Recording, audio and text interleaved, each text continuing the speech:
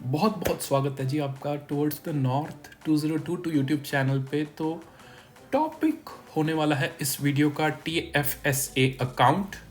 तो TFSA account के बारे में पूरी जानकारी आपको दी जाएगी इस वीडियो में। तो अगर आप लोग चैनल पे नए हैं तो चैनल कर लो सब्सक्राइब, क्योंकि मैं ऐसे ही आता रहता हूँ बहुत ही नॉलेजेबल और इन्फॉर्मेटिव कंटेंट लेकर हर वीकेंड, स्पेसिफिकली संडे को। तो बिना किसी देरी किए वीडियो करते हैं शुरू। बट वीडियो शुरू करने से पहले मैं आपको दिखाना चाहूँगा बाहर का मौसम एक बार। तो इधर जी तूफान आ रहा है, स्नोस्टॉर्म टाइप। ये देखिए कितना खूबसूरत लगता है तूफान कनाडा में। तो आप लोगों ने तूफान देख लिया, अब करते हैं शुरू वीडियो TFSA के ऊपर। तो आप लोग जो सामने देख रहे हैं जी वो है मेरे आईपैड की स्क्रीन। तो मैंने सारी डिटेल्स TFSA की लिख ली हैं, नोट्स बना ली हैं। तो एक एक करके मैं आपको सारे पॉइंट्स एक्सप्लेन कर देने वाला हूँ। वीडियो के एंड में मैं आपको लिंक भी बताऊंगा जहाँ से आप लोग सारी डिटेल्स खुद भी पढ़ सकते हैं TFSA अकाउंट के बारे में। ये रेवेन्यू कनाडा का लिंक है, बहुत ही कॉमन सोर्स ऑफ रेफरेंस है फाइनेंस के रिलेटेड। तो ये लिंक मैं आपको वीडियो के एंड में प्रोवाइड करूँगा। तो बिना किसी देरी किए जी वीडियो करते हैं शुरू। तो व्हाट इज़ TFSA?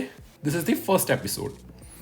तो TFSA की फुल फॉर्म, जैसा कि आपको मैं आशा करता हूँ पता होगा, वो है जी टैक्स फ्री सेविंग्स अकाउंट।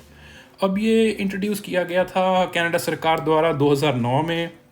इसका मकसद बड़ा सिंपल सा है, कैनेडियंस को हेल्प करना कि वो सेव कर सकें और इन्वेस्ट कर सकें अपनी पूंजी सारी ज़िंदगी। और ये हेल्प करता है कैनेडियंस को कि वो पैसे बचा सकें अपनी एजुकेशन के लिए या रिटायरमेंट के लिए, या उनको घर खरीदना है, या इवन बुरे दिनों की तैयारी के लिए भी TFSA अकाउंट काफ़ी बढ़िया इंस्ट्रूमेंट ऑफ इन्वेस्टमेंट है। तो लास्ट पॉइंट जो है वो ये है कि जो भी आप अर्निंग्स करते हैं TFSA में, वो जनरली टैक्स नहीं होती, उन पे जनरली टैक्स नहीं लगता। और you are in control of your TFSA, so you can make contributions and withdrawal of funds whenever you want without any penalty। तो भैया आपका पैसा है, आपका खाता है, जब मर्जी पैसे डालो, जब मर्जी पैसे निकालो, आपको कोई भी पेनल्टी नहीं लगने वाली। कॉन्ट्रीब्यूशंस आप लोग तभी कर सकते हैं अगर आपके TFSA अकाउंट में रूम है। तो ये लिमिट और रूम का जो मैं कॉन्सेप्ट है मैं आपको बताऊंगा, ये आगे मैंने डिटेल में कवर कर रखा है, आप वीडियो पूरी देखिएगा। तो अगला टॉपिक जो है वो है जी who is eligible for TFSA। तो जी TFSA खाता कौन खुलवा सकता है और कौन यूज़ कर सकता है? TFSA कोई भी कनेडियन रेजिडेंट, चाहे टेम्पररी चाहे परमानेंट, जो एज ऑफ मेजॉरिटी के ऊपर है अपनी प्रोविंस में। अब एज ऑफ मेजॉरिटी हर एक प्रोविंस में अलग अलग होती है। कुछ प्रोविंसेस में 18 है, कुछ प्रोविंस में 19 है। तो आप लोग जिस प्रोविंस में रहते हैं उस प्रोविंस के हिसाब से आप TFSA अकाउंट ओपन कर सकते हैं, बशर्ते आपके पास एक वैलिड सिन हो। ठीक है जी। जो सारे कनेडियन रेजिडेंट्स हैं इस कंडीशन को मीट करते हैं, वो अपना TFSA अकाउंट आराम से खुलवा सकते हैं। अब आगे क्या लिखते हैं जी, इन मोस्ट प्रोविंसेस, वही बात आ गई, जब आप 18 साल के हो जाते हैं तो आप अपना कंट्रीब्यूशन शुरू कर सकते हैं, जितनी भी वो डॉलर लिमिट है उस साल की। अब डॉलर लिमिट क्या है, सारी डिटेल्स वो आगे की स्लाइड्स में कवर्ड है, तो आप फोकस करके देखिए अभी। अब how to open TFSA account खुलना कैसे है? तो जी कोई भी इंडिविजुअल जो कनाडा का रेजिडेंट है और जिसके पास वैलिड सिन है और 18 साल उम्र उसकी हो गई है, वो TFSA अकाउंट खुलवा सकता है।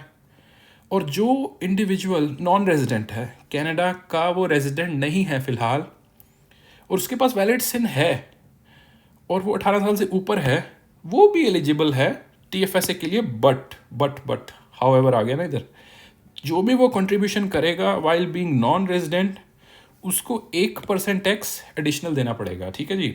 For each month the contribution stays in the account. तो ये डिटेल है, ये डिफरेंस है नॉन रेजिडेंट के लिए।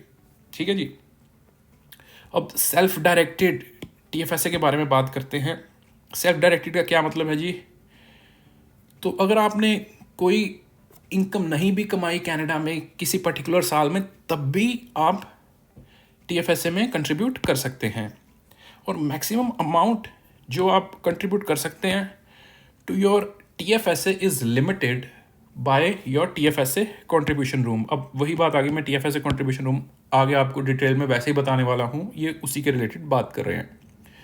तो किसी भी समय, किसी भी साल में, अगर your contributed room is more than your available TFSA contribution, you will have to pay a 1% of the highest excess TFSA amount in the month for each excess amount that stays in your account। अब इसका क्या मतलब है कि अगर आपका TFSA contribution room की limit से ज़्यादा पैसे आप रखते हैं, तो जो ज़्यादा पैसे हैं उस पर आपको 1% टैक्स देनी पड़ेगी for each excess amount that stays in your account. ठीक है जी। As an account holder you are the only person who can do the following. ठीक है जी, आप खुद रिस्पॉन्सिबल है कॉन्ट्रीब्यूशंस करने के, विड्रॉवल्स करने के, और ये पता लगाने के कि कितने फंड्स आप इन्वेस्ट कर सकते हैं। ठीक है, अब TFSA कंट्रीब्यूशन रूम के बारे में बात करते हैं। सबसे इम्पॉर्टेंट स्लाइड है, तो इस पे पूरा फोकस दीजिएगा। ठीक है जी। Maximum amount we can contribute to TFSA, that's the meaning of contribution room. So only contribution made under valid SIN are accepted। ये तो पुरानी बात आ गई, आपके पास valid SIN होना चाहिए।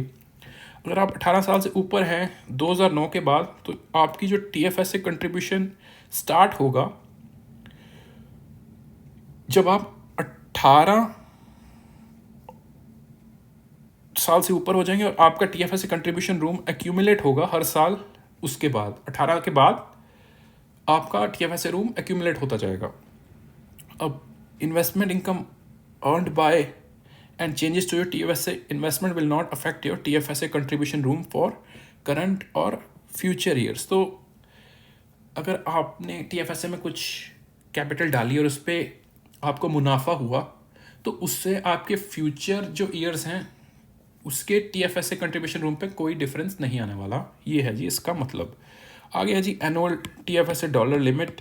तो जी 2009 से लेकर 2012 तक आपकी कंट्रीब्यूशन लिमिट थी जी $5000 हर एक साल।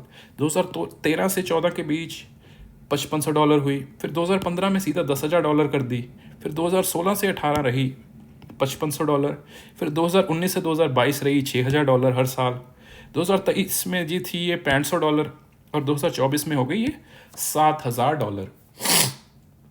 अब ये इंपॉर्टेंट पॉइंट है, TFSA annual room limit will be index to inflation and rounded to nearest $500। तो ये बता रहे हैं कि कैसे निकाली जाती है ये TFSA कंट्रीब्यूशन रूम लिमिट। ये इन्फ्लेशन के हिसाब से, और देखते हैं कि राउंड ऑफ कर सकें उसको नियरेस्ट जो 500 फिगर है उससे। अब आगे चलते हैं, आप कैसे पता लगा सकते हैं अपना TFSA कंट्रीब्यूशन रूम। तो ये ऐसे पता लगता है जी, total amount of the following TFSA dollar limit of current year, जितना इस साल की लिमिट है। ठीक है जी। और अगर आपका पिछले साल का कुछ अनयूज कंट्रीब्यूशन पड़ा है तो वो कैरी फॉरवर्ड होगा हमेशा। ठीक है जी।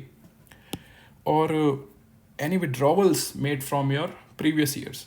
तो अगर आपने कुछ विड्रॉ किए थे तो ऑब्वियसली आपका कंट्रीब्यूशन रूम लिमिट पिछले साल का पड़ा होगा, तो वो इस साल आप यूज़ कर सकते हैं। ये कैरी ऑन होता है, सबसे बेस्ट पार्ट ये है। आगे चलते हैं। अब आगे क्या बोल रहे हैं जी, टाइप्स ऑफ परमिटेड इन्वेस्टमेंट। अब TFSA में बहुत लोगों को ये डाउट रहता है कि TFSA में अकेला कैश ही रख सकते हैं या TFSA में और कुछ भी हम लोग रख सकते हैं। तो वो डिटेल में इधर लिखा है।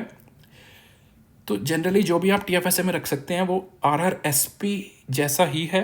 अब RRSP है रजिस्टर्ड रिटायरमेंट सेविंग्स प्लान।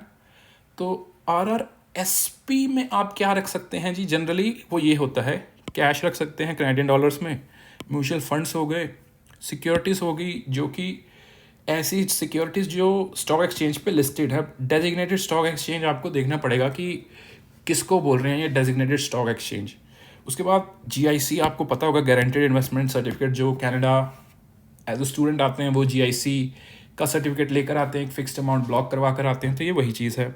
आप लोग बॉन्ड्स भी रख सकते हैं अपने TFSA अकाउंट में, और कुछ कुछ छोटे बिजनेसेस के आप लोग शेयर्स भी रख सकते हैं। तो ये सब अलाउड है TFSA में बिना किसी दिक्कत के। अब एक और बड़ा ही इंपॉर्टेंट डाउट रहता है लोगों के दिमाग में कि यार विड्रॉवल्स का क्या सीन है TFSA से, मतलब अगर मैंने पैसा निकाल लिया तो मेरा मतलब पैसा मैं डाल सकता हूँ, पैसा निकाल सकता हूँ क्या? कुछ कुछ अकाउंट्स में पैसे निकाल नहीं सकते, पैसा डाल सकते हैं। तो TFSA में भैया कोई खतरा नहीं है, आप निकालिए आपको जितना निकालना है। Depending on the type of your investment you can generally withdraw any amount at any point of time. पूरी फ्लेक्सिबिलिटी है भैया TFSA में, आपको कोई बाउंडेशन नहीं है। उसके बाद withdrawing funds from TFSA does not reduce the total amount of contributions you have made for year। ठीक है, तो अगर आपने $1000 डाले और 1000 निकाल लिए तो उससे आपकी कंट्रीब्यूशन लिमिट कम नहीं हो जाएगी, वो उतनी रहेगी। अब आगे देखते हैं जी, टैक्स पेएबल ऑन TFSA, ये टॉपिक देख लेते हैं क्या है। तो सबसे बढ़िया बात TFSA की है कि जो भी आपने इंटरेस्ट अर्न किया TFSA अकाउंट में पैसे से, या जो भी डिविडेंड या कैपिटल गेन हुआ, वो नॉन टैक्सेबल है। ठीक है जी, उस पर कोई टैक्स नहीं लगनी, ये बेस्ट पार्ट है। इधर वाइल हेल्ड इन अकाउंट और व्हेन विड्रॉन, जब तक वो अकाउंट में है तब भी और जब विड्रॉ होगा तब भी। ये बेस्ट पार्ट है TFSA अकाउंट का कि आप लोग जो भी कमाई कर रहे हैं उस अमाउंट से, that is completely tax free. That's the best benefit of TFSA। तो अगर आप लोगों को डिटेल में पढ़ना है इसके रिगार्डिंग, तो आप ये वेबसाइट को पूरा अच्छे से पढ़ सकते हैं। मोस्ट ऑफ द रिसर्च जो मैंने अपने नोट्स में की है वो इसी वेबसाइट से है। ये कनाडा गवर्नमेंट की वेबसाइट है, जैसे कि आप देख सकते हैं, रेवेन्यू एजेंसी की वेबसाइट है। बहुत ही बढ़िया रिसोर्स है ये अपनी नॉलेज एनहेंस करने का। और इसमें सबसे बेस्ट पार्ट है, कुछ ना एग्जांपल्स दे रखी हैं कि कोई कैरेक्टर ले रखा है, उसके बारे में एग्जाम्पल्स के द्वारा समझाया गया, तो उससे आपको ज़्यादा समझ आएगा। जैसे मैं आपको बता रहा हूँ तो मेरा काम है फटाफट 15 मिनट की वीडियो में सब कुछ कंपाइल करना और आपको एक जिसको बोलते हैं पॉइंटर्स देने। तो अगर आप लोग डिटेल में सब कुछ पढ़ना चाहते हैं तो आप लोग ये वाला लिंक ब्राउज कर सकते हैं अच्छे से। आप टॉप टू बॉटम अगर इसको पढ़ेंगे तो बहुत ज़्यादा जानकारी आपकी इम्प्रूव होने वाली है और आपको बहुत कुछ सीखने को मिलने वाला है। ठीक है जी, तो वीडियो को रखते हैं शॉर्ट। मैं आपको मिलूँगा किसी और दिन किसी और वीडियो में। तब तक के लिए गुड बाय और टेक केयर।